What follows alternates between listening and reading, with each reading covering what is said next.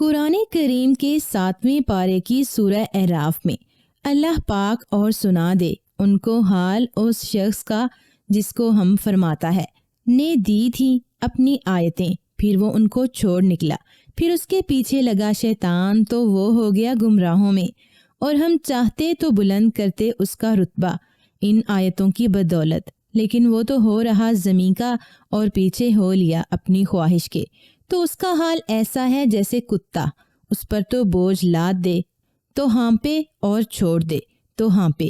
یہ مثال ہے ان لوگوں کی جنہوں نے جھٹلایا ہماری آیتوں کو، سو بیان کر یہ احوال تاکہ وہ دھیان کریں۔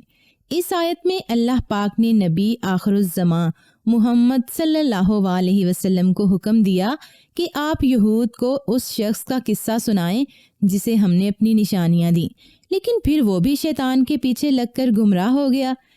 اس آیت کی تفسیر میں نامور مفسرین جن میں علامہ ابن جریر، علامہ ابن کثیر، امام شوکانی نے تفسیر فتح القدیر اور تفسیر مدارک التنزیل میں ابو البرکات عبداللہ النفسی نے حضرت عبداللہ بن عباس سے ایک معتبر روایت پیش کی ہے، جس کے مطابق ایک بہت بڑا عالم ملک شام میں بیت المقدس کے قریب کنان میں رہا کرتا تھا۔ وہ اسرائیلی عالم اس قدر پرہیزگار تھا کہ اسے اللہ کی کتابوں اور آیتوں کا بہت علم حاصل تھا۔ اس پر اللہ پاک کا خاص کرم تھا، یہ اسم اعظم جانتا تھا اور کنان بھر میں مشہور تھا کہ اس کی دعا کبھی رائے گاہ نہیں گئی، یعنی جو بھی دعا وہ اللہ پاک سے مانگتا وہ ضرور پوری ہوتی تھی۔ اللہ پاک کے اسی فضل و کرم اور علم کی بدولت اس کا ایک خاص مقام تھا۔ اس کا نام بلام بن باورا تھا اور قوم عمالقہ سے اس کا تعلق تھا، جسے قرآن میں جبارین کہا گیا ہے۔ فرعون کے غرق ہونے کے بعد اللہ پاک نے حضرت موسیٰ علیہ السلام کو حکم دیا کہ اپنی قوم کو لے کر قوم عمالقہ سے جہاد کریں۔ قوم عمالقہ کو جب لشکر کی روانگی کا علم ہوا تو وہ بالم بن باورا کے پاس بھاگے آئے کہ حضرت موسیٰ علیہ السلام اور ان کی قوم پر بددعا کریں۔ چونکہ بالم بن باورا ایک عالم تھا اور اللہ پاک کی نشانیاں اور آیات کو جانتا تھا، اس لیے کہنے لگا وہ تو اللہ کے نبی ہیں اور فرشتے ان کے ساتھ ہیں، میں ان کے خلاف بددعا نہیں کر سکتا۔ مگر جب قوم نے بہت اصرار کیا تو بالم بن باورا کہنے لگا کہ ٹھیک ہے، میں استخارہ کر کے اپنے رب کی مرضی جان لوں۔ استخارہ کے بعد اس نے اپنی قوم کو طلب کیا اور انہیں بتایا کہ مجھے بددعا کرنے سے منع کر دیا گیا ہے۔ اس وقت جبارین نے ایک بہت بڑا تحفہ بالم کو پیش کیا، لیکن اس نے قبول نہ کیا۔ اس کے بعد جبارین کا اصرار بہت زیادہ بڑھ گیا۔ بعض روایات میں ہے کہ قوم نے اس کی بیوی کو بہت زیادہ مال و دولت اور لڑکے پیش کیے، جس پر اس نے اپنے شوہر بالم بن باورا کو اس بات پر تیار کر لیا کہ وہ حضرت موسیٰ اور ان کی قوم پر بددعا کرے گا۔ بالم بن باورا نے حضرت موسیٰ علیہ السلام اور بنی اسرائیل کے لیے بددعا کرنی شروع کر دی۔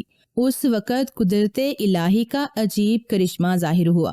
وہ کلمات بددعا جو موسیٰ علیہ السلام کی قوم کے لیے کہنا چاہتا تھا، اس کی زبان سے وہ الفاظ بددعا قوم جبارین کے لیے نکلے۔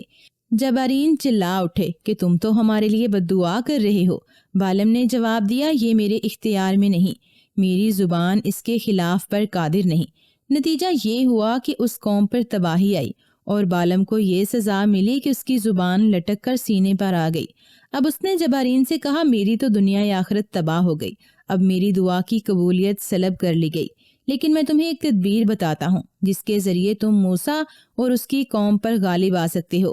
وہ یہ کہ تم اپنی حسین لڑکیوں کو آراستہ کر کے بنی اسرائیل کے لشکر میں بھیج دو اور ان کو تاکید کرو کہ بنی اسرائیل میں کوئی بھی ان کے ساتھ جو کچھ بھی کرنا چاہے منع نہ کریں۔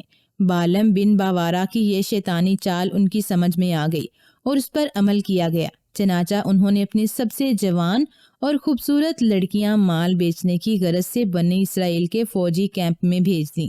وہ لڑکیاں تعداد میں 45 کے قریب تھیں۔ سبھی نے آ کر اپنی اداؤں میں بنی اسرائیل کی قوم کو پھانسنے کی کوشش کی، پر ناکام رہیں۔ ان لڑکیوں نے فیصلہ کیا کہ ان کے سردار پر ڈورے ڈالے جائیں۔ چنانچہ ان 45 میں سے جو سب سے خوبصورت اور کمسن تھی، اس کو شیمون بن یعقوب کے پاس اس کے خیمے میں بھیجا گیا۔ شیمون بن یعقوب جو حضرت موسیٰ علیہ السلام کے لشکر کا سپہ سالار بھی تھا، اسے وہ لڑکی بہت پسند آئی۔ وہ اسے لے کر حضرت موسیٰ علیہ السلام کی خدمت میں حاضر ہوا اور کہا میرا خیال یہ ہے کہ آپ اس عورت کو حرام سمجھیں گے۔ موسیٰ علیہ السلام نے فرمایا یہ مجھ پر بھی حرام ہے اور تجھ پر بھی۔ اس نے یہ بات سنتے ہی قسم کھا کر کہا میں آپ کی اطاعت نہیں کروں گا، اور اپنے خیمے میں لے جا کر فعل بد کا مرتکب ہو گیا۔ اس کا نتیجہ یہ ہوا کہ اللہ تعالیٰ نے بنی اسرائیل میں طاعون بھیج دیا، جس کے نتیجے میں 70,000 آدمی ہلاک ہو گئے۔ فنحاس بن عزیرہ بن ہارون اس وقت لشکر گاہ سے کہیں باہر گئے ہوئے تھے۔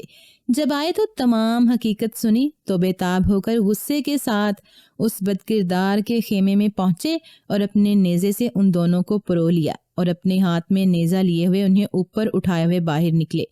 کوہنی کوک پر لگائے ہوئے کہنے لگے یا اللہ ہمیں معاف فرما، ہم پر سے یہ وبا دور فرما لے، دیکھ لے ہم تیرے نافرمانوں کے ساتھ یہ کرتے ہیں۔ ان کی دعا قبول ہوئی اور اللہ پاک نے طاعون کی وبا ختم کر دی، لیکن یہ وبا بہت سی قیمتی انسانی جانیں اور مویشیوں کو ختم کر چکی تھی۔ روایات میں آتا ہے کہ بالم بن باورا اور اس کی بیوی کی شکل کتوں میں بدل گئی اور وہ ساری عمر لوگوں پر بھونکتے رہے، اور ایک دن انہی کی قوم نے ان کو پتھر مار مار کر ہلاک کر دیا۔ اللہ اکبر! دینی علم جیسی زبردست دولت کو کیسے دنیا پر لٹا دیا گیا، لیکن بالم بن باورا کے پاس نہ دین رہا نہ ہی دنیا بچی۔ علم و ہدایت کو چھوڑ کر خواہشات نفس کے پیچھے بھاگنے والوں کا انجام انتہائی عبرتناک ہی ہوتا ہے۔ یہ واقعہ آج کے تمام لوگوں کے لیے بہت زیادہ عبرتناک ہے کہ کس طرح اللہ پاک کی نشانیاں ہم سب پر عیاں ہیں، لیکن پھر بھی ہم نماز، روزہ، حج اور زکوٰۃ سے بہت دور ہیں۔ اللہ پاک ہم سب کو دین اسلام کو صحیح معنوں میں سمجھنے اور اس پر عمل پیرا ہونے کی توفیق عطا فرمائے۔ آمین۔